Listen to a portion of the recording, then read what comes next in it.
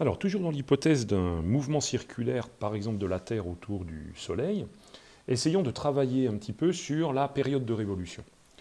Alors, pour travailler, j'ai besoin déjà d'invoquer une connaissance qui est que la vitesse de la Terre, par exemple autour du Soleil, dans l'hypothèse d'une trajectoire circulaire, peut s'exprimer de la manière suivante. Racine carrée de G fois grand M sur R.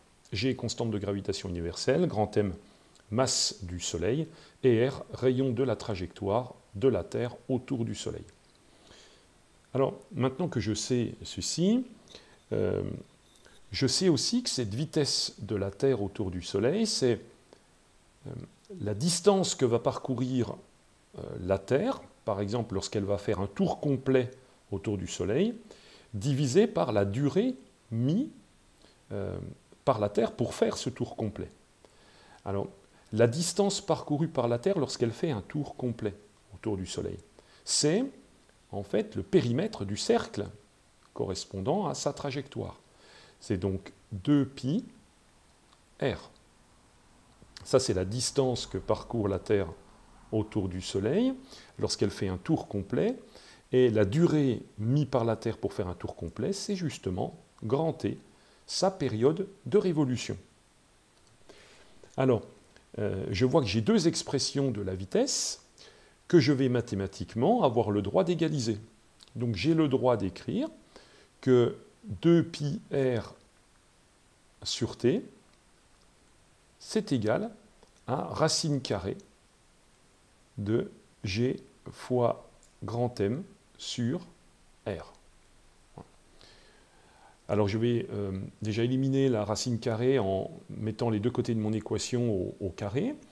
Donc je vais avoir 4 pi carré R carré sur T au carré qui va être égal à G fois grand M sur R. Je vais travailler un petit peu cette expression mathématiquement. Donc je vais écrire que 4pi carré R cube doit être égal à G M T au carré. Je vais isoler T au carré, ça me fait que T au carré égale 4 pi carré sur Gm fois R cube. Alors pourquoi cette expression est-elle intéressante ici? C'est parce que je vois que dans cette expression, je viens de montrer que le carré de la période de révolution de la Terre autour du Soleil était proportionnel au cube du rayon de la trajectoire de la Terre autour du Soleil. Et ça me rappelle la troisième loi de Kepler. La troisième loi de Kepler, que me dit-elle? Elle me dit que le carré de la période de révolution est proportionnel au cube du demi-grand axe de l'ellipse dans le cas d'une trajectoire elliptique. Alors cette expression que j'ai obtenue en bleu précédemment, ce n'est ni plus ni moins que l'expression de la troisième loi de Kepler dans le cas d'un mouvement circulaire. Et je vois que là, je dispose de l'expression de K, cette constante, ici, que je peux du coup calculer, 4pi carré divisé par la constante de gravitation universelle fois la masse du Soleil.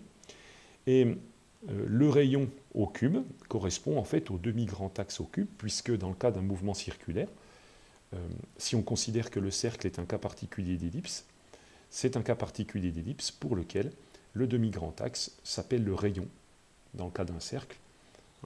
Donc A est égal à R. Donc j'ai bien obtenu l'expression de la troisième loi de Kepler appliquée à un mouvement circulaire.